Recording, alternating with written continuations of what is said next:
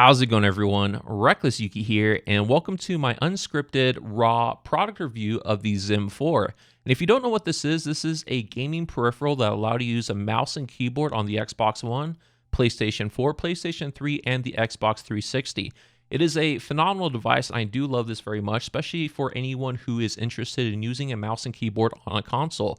So if you're coming from the PC world and you're jumping over the consoles for some reason, this will allow you to use your favorite mouse and keyboard, something you're comfortable and used to using, if you don't want to get used to using the analog sticks. And quite frankly, the mouse and keyboard offers way superior control than a controller can. And I'll kind of get into that as far as my thoughts on this and the legitimacy of using this with console gaming while you're playing online. I think that my viewpoint of this has changed over the years, so we'll kind of get into that. And like I said, this is kind of raw, unscripted, so I'm just basically shooting from the hip, making sure I get every detail that I can. And towards the end of the video, we're going to go over some demonstrations as far as me playing a game. We'll move the camera up here over to my shoulder, and we'll see exactly my inputs towards the game when I actually play. So that should be pretty fun.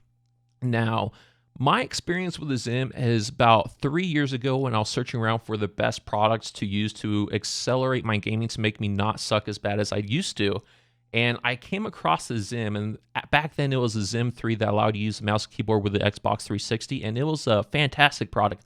A lot more expensive than this. This is just going to come in about $120, $125 from the site. Don't get this from Amazon because it's going to be some guy who's going to try to rip you off. Definitely get it directly from XIM, and the link to them will be in the description below as well. So $120 to use your favorite mouse and keyboard. And if you're thinking that's a lot of money, well, if you're in the market for a gaming peripheral to make you better, then it's not going to be cheap, because I can kind of go on about Scuff Controllers, which I do have 2 of them. These are for the Xbox One and PlayStation 4, as well as I had a couple for the Xbox 360. And those don't run cheap either. Like the cheapest price that you could get one of these for is like $125. But then you have to start adding the add-ons to get the extra features, like if you want 4 buttons, if you want them to remove the rumble packs, if you want to make sure you have these awesome dome sticks and the grip in the back, it could easily run up to about $200. So $200 for 4 systems will easily get up to $800 to have a Scuff controller for all 4. Or you can spend the money on a XIM, and then you'll have $120 invested in this, and you can use your favorite gaming and a gaming mouse and keyboard to utilize the potential of this and the potential of the consoles to have the best control when you're playing those first-person shooters. So as far as the price, I think the XIM4, if you have multiple consoles like me, is definitely the smartest way to go. And then as far as the legalities, or the, is it morally acceptable to play with a mouse and keyboard on console? 3 years ago, I didn't feel it was. I felt it was kind of shaky. I felt it might be unfair to those who don't have a mouse and keyboard, mainly because I was kind of starting out my channel and I wanted to just, do everything legit. So I did play with a regular controller and keyboard, and I was able to do it really well. But thanks to the people at Scuff Gaming, who, made it okay to have these, fancy modified controllers. These are not, stock controllers. These are definitely modified, that gives the player an advantage with these buttons to allow yourself to jump and knife and do all these crazy things without ever taking your thumb off the analog stick. Having this does definitely give you an advantage over players who use just a regular stock controller. But because these guys really kind of push hard in the industry to make these acceptable at tournaments, such as any gaming tournament out there that uses that basically allows you to use the Scuff controller, which all of them do because this is just widely accepted. Because this is an acceptable device, I feel that a mouse and keyboard are also an acceptable device. Basically, with this, back paddles, you're basically getting the same thing if you're using something like a G13, where it has an analog sticks that you could use to actually move around your person. And then you have all these buttons here to kind of initiate whatever move you want without ever taking your hand off the mouse, which is basically how you look around. So you have infinite amounts of control with the G13 and a mouse. And I feel that that is just a step up above a Scuff controller. Now, you don't necessarily need that to get really good control. You have like excellent control with this. But what I really like about the XIM is with the G13, you're able to really, you can map everything out exactly how you want. So if you're jumping from the Xbox One to the PlayStation 4, you don't need to worry about your analog stick being in a different position, and you don't need to worry about the key bindings in the back being different. You could have it exactly the same for however you want. And so when you're jumping between consoles, the only thing that'll be different is when you load it up and your friends list and possibly maybe the graphics due to the potential hardware performance differences of the system. So I think that because of Scuff, using the mouse and keyboard is a legitimate device to use. And I would be surprised if it doesn't become somewhat of the norm in the future for using it at tournaments. Now, it probably won't be accepted because a lot of people are going to be naysayers on the mouse and keyboard saying that it's cheating, but really a Scuff controller is cheating if you want to get into it, as far as giving you the advantage over other players who do not use a Scuff controller. And then as far as the mouse is just phenomenal. Like, you can't get the precision from an analog stick as well or as easily as you can with a mouse.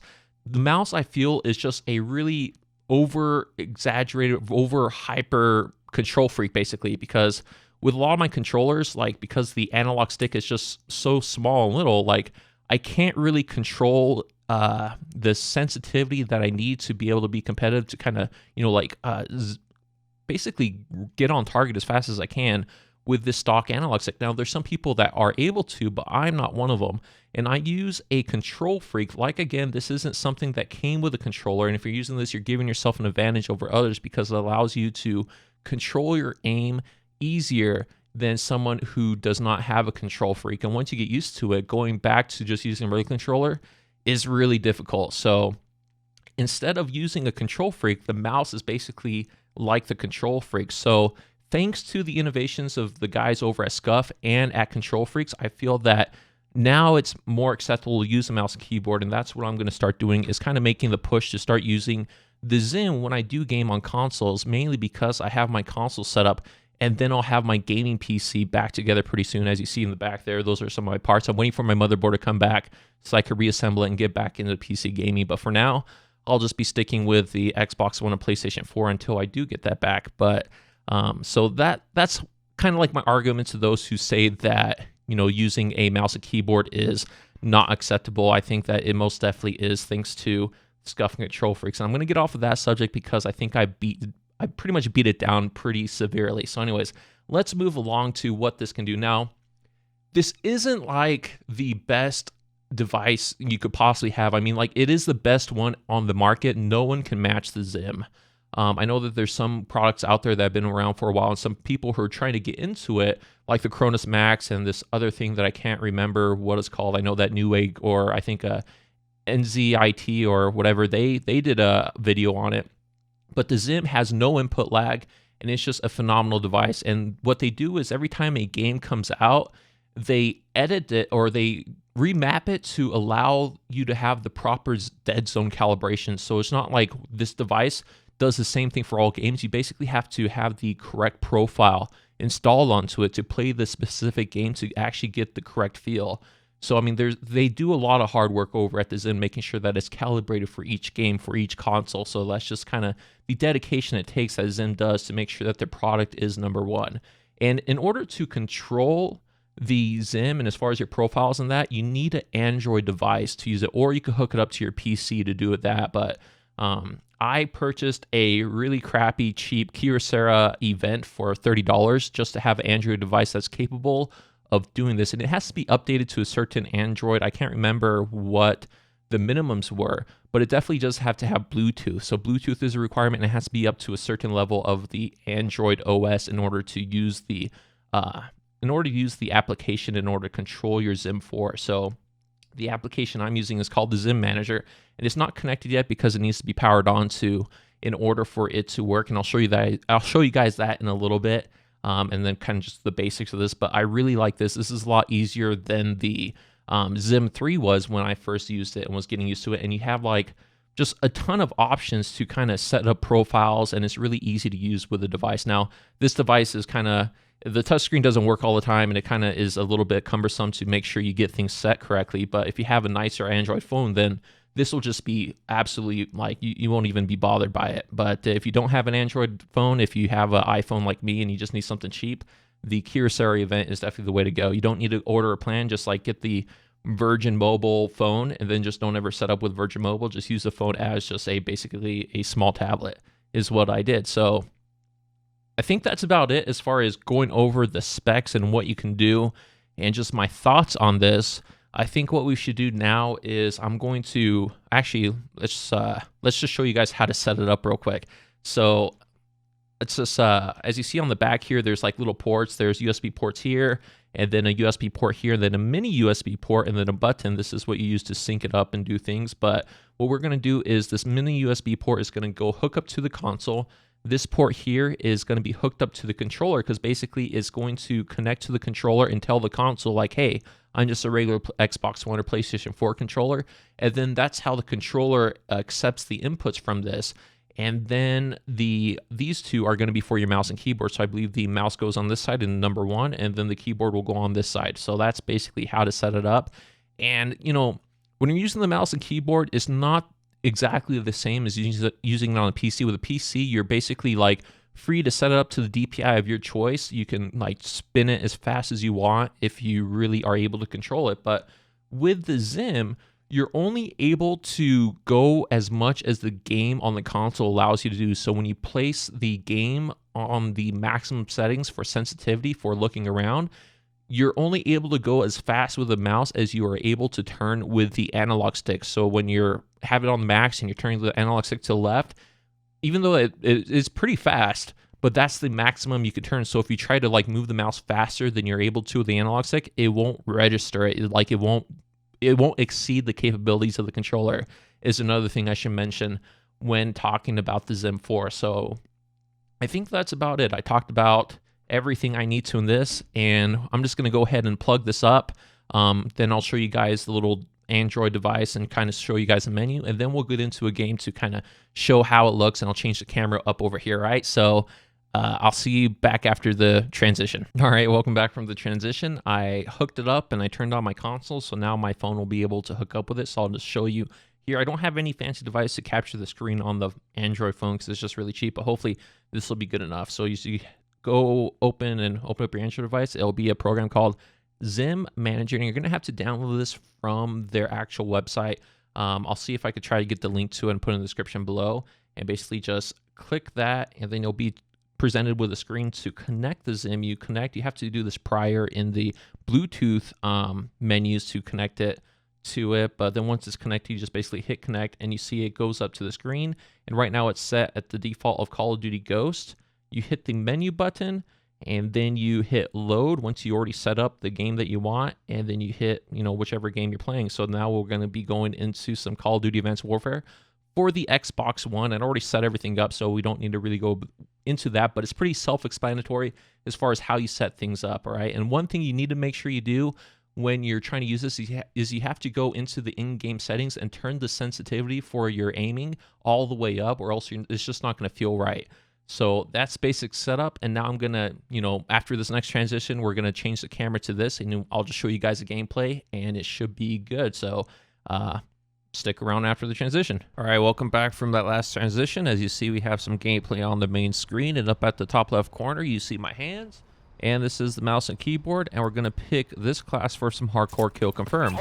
And what seemed like a pretty quick transition to you guys was actually a whole day. Last night I had to cut the video short, or at least my recording time, to be able to go pick up B Lepo Dog, which is Lilycoy's little brother. There we go.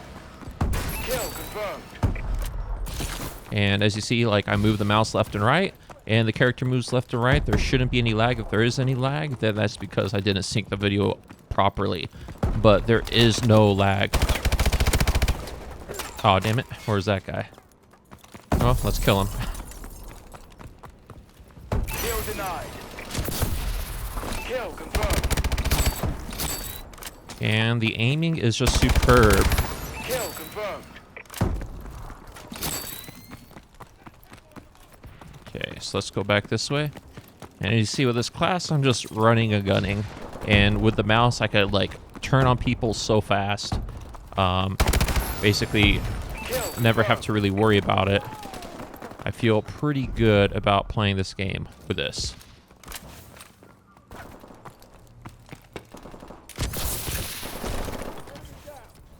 Okay, so no one's there. Oh, someone's there. Oh, damn it. I didn't even see him. Couldn't see him through the glass. Oh, we got him back. That's all right. Kill confirmed. There we go. Kill confirmed. We've taken the advantage.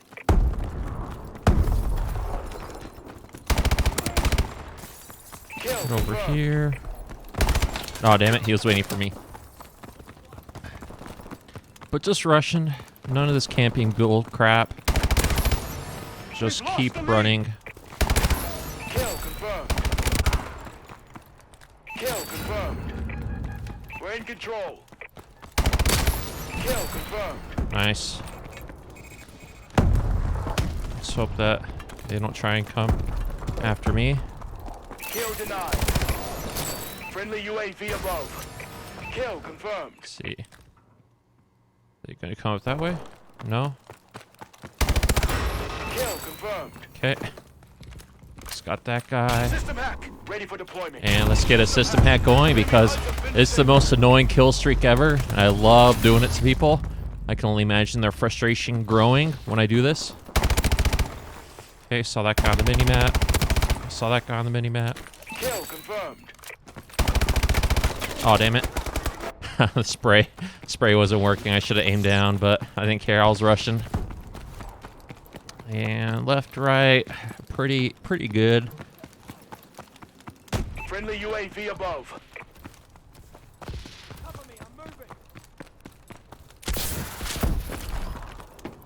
Okay. I'm not sure where these guys are at. Let's see. No one's around there. No one's around here. Kill denied. I'm not gonna get those guys with my SMG.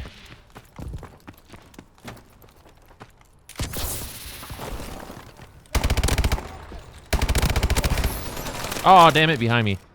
Some bitch.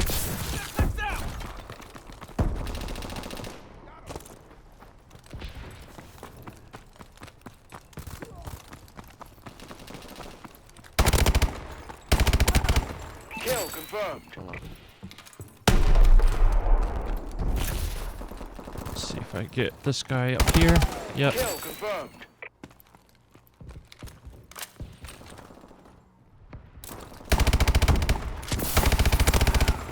Kill confirmed. Oh, damn it. Enemy UAV online. Oh, wait, that was a friendly, too. Motherfucker. Friendly on my team shooting me. Oken, whatever. Ah, people are idiots in this game, too. But it's okay. Launching care package. Oh, I saw that guy just stop left, but I couldn't turn on him in time.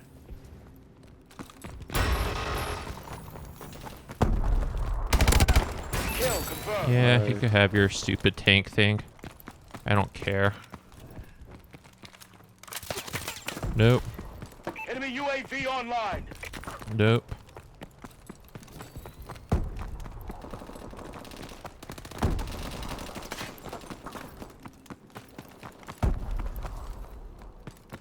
Friendly UAV above. Where are these guys? Kill confirmed. There's one. Oh, guy's just sitting in the corner. All right, let's go get him. Kill denied. Did he even come and get the tag? Oh, no, he's sitting in another other corner. Motherfucker. He just outplayed me. Let's see. There we go. Confirmed. Stupid corner camping girl.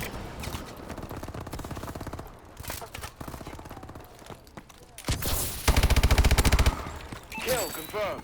Nice. So, as you see, that's the Zim with how I play. Pretty simple. And let's see how well I was able to do. I got the final kill cam, so that's cool for me.